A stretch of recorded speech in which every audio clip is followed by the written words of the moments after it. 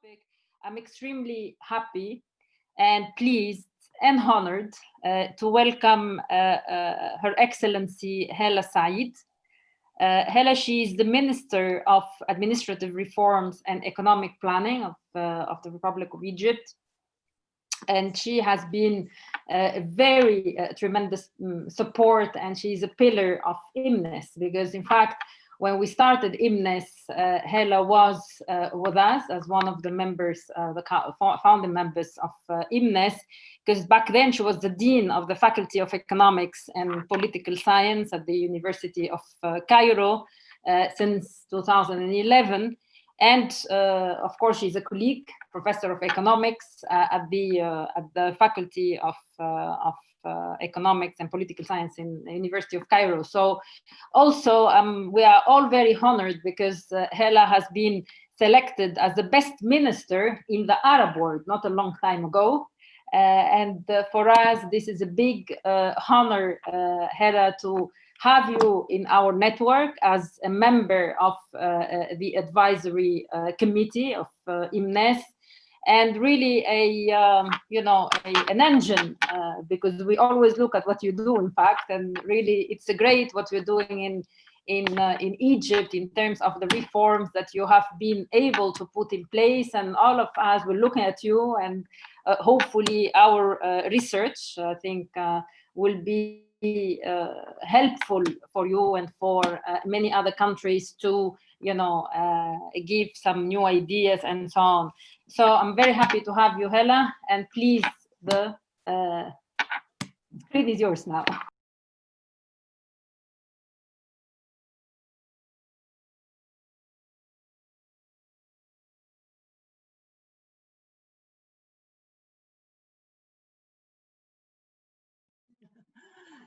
Thank you very much, Shireen, for the introduction. And I'm very pleased to be with you here today. And I'm really proud to have taken part as one of the founding members when EMNES was launched 5 years ago. And actually, I was, today the Facebook remind me, with 4 years ago, exactly today, we were at Busaid in Tunisia, where we had one of the very important events that you launched in Tunis that time. I'm always happy also to contribute to any policy research, especially with a well-established network of researchers that you are always organizing. And definitely research is a very important tool that we all should rely on supporting us on directing all the policymakers, especially at these very unprecedented times. Let me walk you through what Egypt has done during the past few months and what we have done through the period of the pandemic, because actually I think that we have a certain strategy that helped us mitigate a lot of the risks that a lot of other countries face. And this, of course, goes back to two main reasons. First, that we had just came out of an economic reform program that gave us the fiscal space to support the economy and to support the sectors that suffered, or to ease the burden, financially ease the burden on some of the sectors that suffered from a full lockdown or a quasi semi-lockdown. And also, this goes back to the diversified structure of the Egyptian economy. Let me start by saying that our objective or our strategy was basically the first direction of the strategy is to balance between the precautionary measures and sustaining the economy. We did not have a full lockdown at any period of time.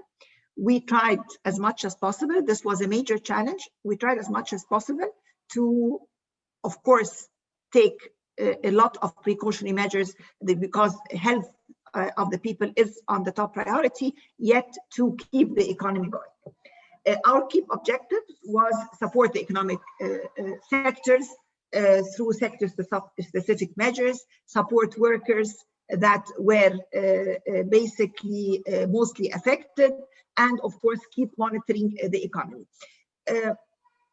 First thing, we did is to ease the financial burden on some of the sector that suffered from a full lockdown, like the tourism sector, which was extremely affected, and the aviation sector, and of course the SME sector.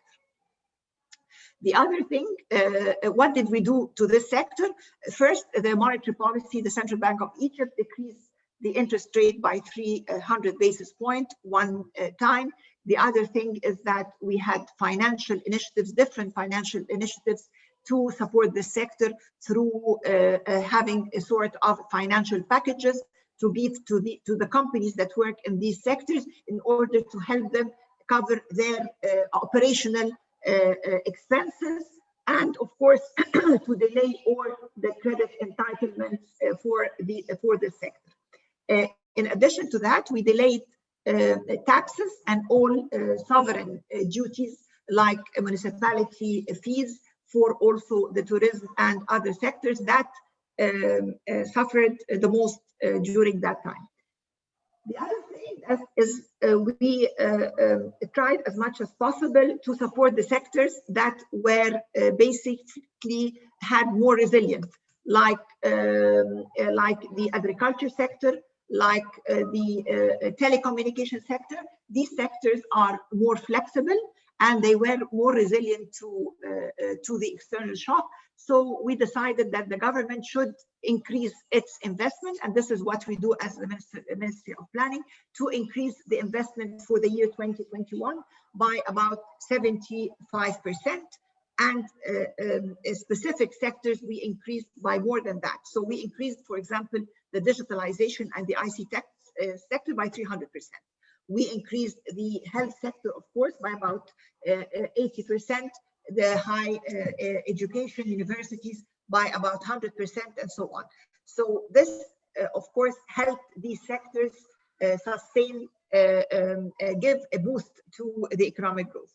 In addition to that, we started a few years ago to tackle more or less privileged rural areas in Egypt through an initiative called the Decent Life Initiative, where we go and target these rural areas through injecting a lot of investment in order to provide them with a better quality of life. We deal with a multidimensional poverty, so we provide them, we inject in the healthcare, in more classrooms, in the sanitation, water, sewage, and other things.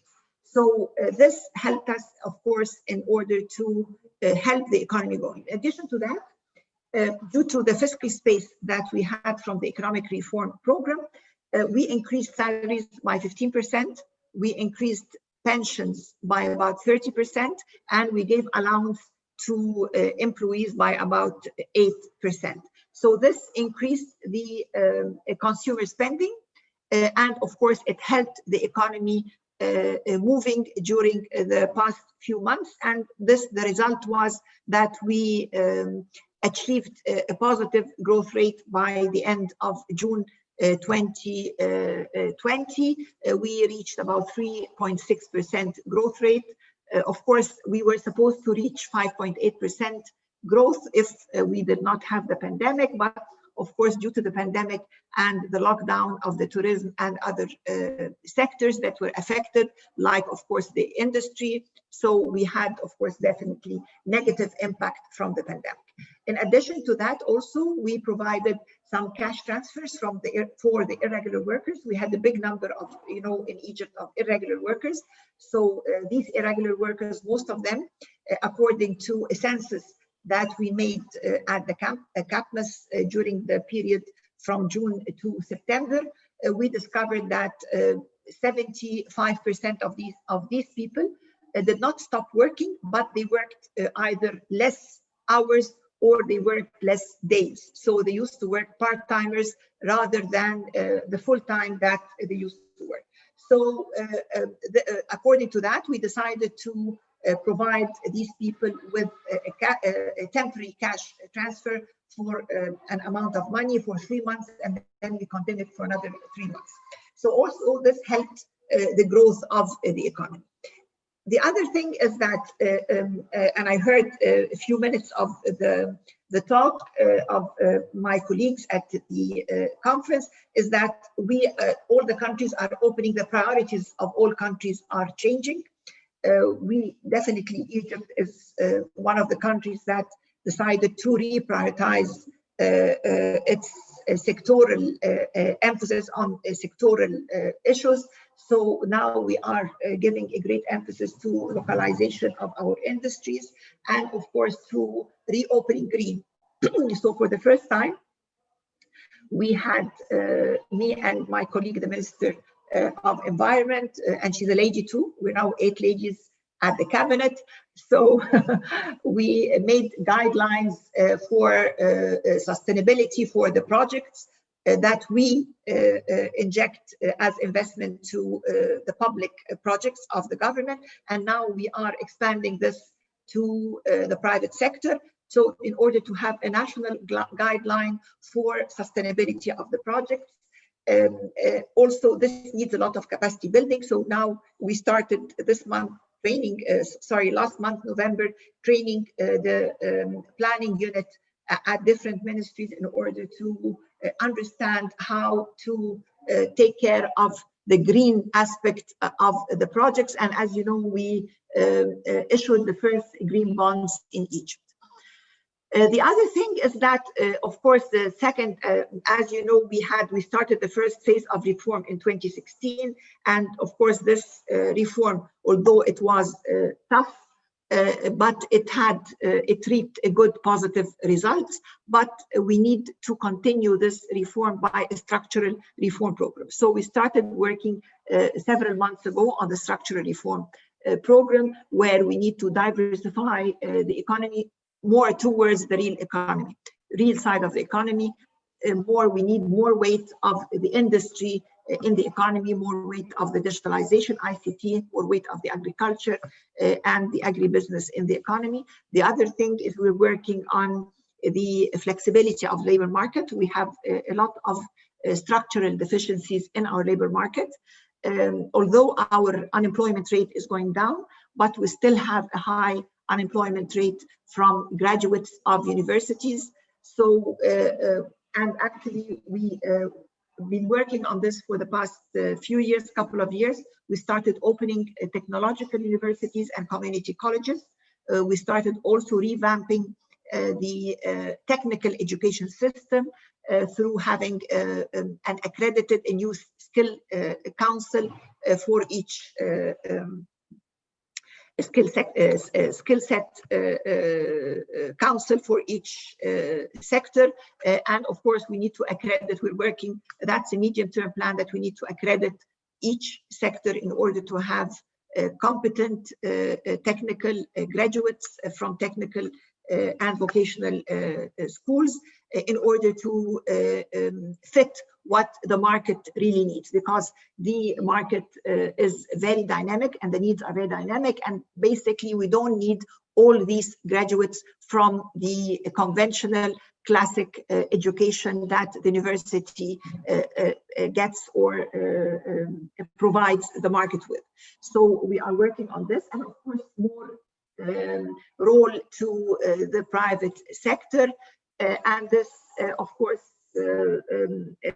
this is why we are reviewing our private-public partnership law in order to facilitate it to the private sector. And of course, we have established Egypt's first sovereign fund that is working as an arm for the government to maximize the value of Egypt's asset in order to provide the private sector with the right support in order to enter in strategic projects that we really, the country really needs. We started one of our very important projects with the private sector, which is the first of its kind in order to establish trams and railway cars.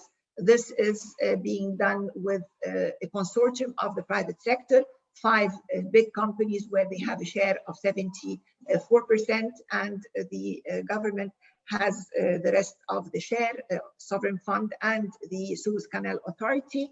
And of course, this is bringing in a lot of companies, franchises of this trams and railway cars, because this is a very intensively high technological sector that will provide Egypt with the needed value added that we need in this industry.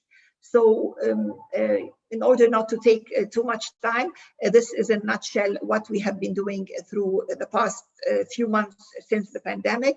Of course, it's a very challenging times, very unprecedented times. It needs also a lot of international cooperation and a lot of support from the international cooperation and our international partners in development, bilateral cooperation and multilateral cooperation, international financial institutions. And of course, I look very much forward to receive the EMNES recommendations and the resolutions of this important event. Thank you. Thank you very much for this very comprehensive speech. I think I must say that Egypt, it's one of the one country in the region who is knowing some growth rate, positive growth rate during this pandemic, and I believe that this is also linked to the I mean, a level of preparedness most probably that has been minimalistically there, but at the same time the answer that you mentioned has been quite comprehensive to mitigate the effect of the pandemic. So just I have one question, which is what do you think the key, I would say the 3 key policy lessons which we could think of during COVID-19 pandemic that could be considered factors for economic resilience for the whole region? So what are the 3 main factors according to you? Well, the first thing is that we need to balance. Of course, I know this is an unprecedented times, and definitely anything that affects the health of the people is on top priority. But I also believe that if we do a full lockdown for a long time, people that will suffer from hunger and poverty will be much more than people that would suffer from health or disease. Especially in a country, definitely, there is no one menu that fits all, but a country with 101 million people, I think it was very important for a country like Egypt to make this balance. It was very challenging. It was very, very difficult, but I think we managed to do this in a very reasonable manner. The other thing is, in these times of crisis, communication is key. And I think what the government did in Egypt for the first time is having a press conference every 2 to 3 weeks, explaining to the people what we have done during the past 2 to 3 weeks and what we intend to do due to the developments and circumstances that we are living, in order to engage people. So maybe people were not very happy, but they were engaged, and there was a trust that was built between the people and the government. We trust you. We know that you are communicating everything. It was consistent conferences from the Prime Minister and some of the ministers each time according to what the message or the messages we want to deliver to the public. So I think this is also one of the very important lessons that we learned. Communication is key during times of crisis. The other thing is localization. It's localization. We need to, of course, global efforts are important, but we need to localize industries. We need to localize agri-business, and of course, healthcare. You need to assess our healthcare capabilities because it is on top priorities. And of course, this pandemic definitely made us look differently to our priorities. You know, we had one of the exceptional surveys that we did was on consumption. And it is very important to see consumers' preferences that changed during the pandemic. So localization of your needs, your priorities is also key. Thank you very much. I think these are very important, I would say, advices. I think finding the appropriate balance or the policy balance within this pandemic, it's key. Communication, yes, that's sure. And localization, which goes really into developing the key sectors or essential sectors in each economies. And I think these are very important factors of resilience. And for sure we will take this into our reporting. So thank you again for being with us today. I know it's a Friday for you, it's a day off in Egypt, and it's my only day off. I don't have a Saturday off. It's yes. Only one day off. I know, and this is very precious for us.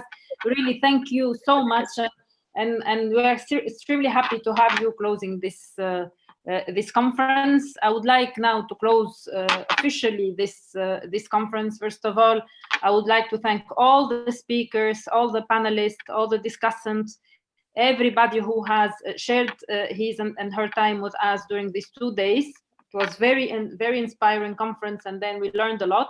I would like also to thank my colleagues at EMEA, mainly Kinga Konya, who you don't see her, but she is really working on the logistics, and also George, and I'm sure George now will be extremely happy to have us all on screen, to have a picture with everybody. So please let us go on screen and take the group picture like always. I mean, hopefully next year we can have a meeting face to face to go back to I would say, I don't know whether I can say normality or not, but at least, I mean, this social distancing, it's killing us all. And I think I mean, it took so much time.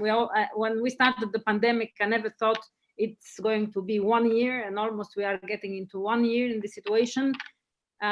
So again, thank you very, very much for this very interesting conference. We will continue as EMNES. Hala, I think you can be sure that you gave us a lot of encouragement today, and we will continue working and trying really to find the appropriate policy recipes for the region, and enhancing also the partnership between different regions, Mediterranean, Europe, and Africa. And I think this was also a discussion we had today at the steering committee.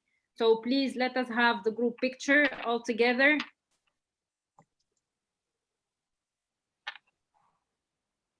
Let me see if, yes, we are getting there. And the collective applause for Reem Ayadi.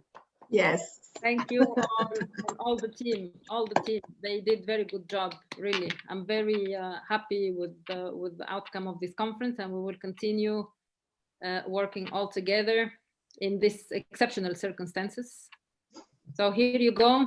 I hope we are all there to take this picture. And I wish you all a great weekend, also very peaceful and restful winter holidays for all. I think we all deserve it now after this difficult months that we passed. I think we try to be, everybody from his own perspective, active and trying to contribute and give a positive contribution to where we are. So thank you very much all. And I want to also make a last announcement that we will launch a prize for the best economic policy paper from next year. So all the researchers be ready for the next annual conference for these prizes, and hopefully we will see more research and more very high quality research on economic policy for Europe, Mediterranean and Africa. Thank you all very much, and I hope to see you all safe and well next year. Bye-bye. Thank you. Bye. Thank you. Bye. Thank you, Hala. Bye. Bye. Oh, unfortunately, I was disconnected. Oh.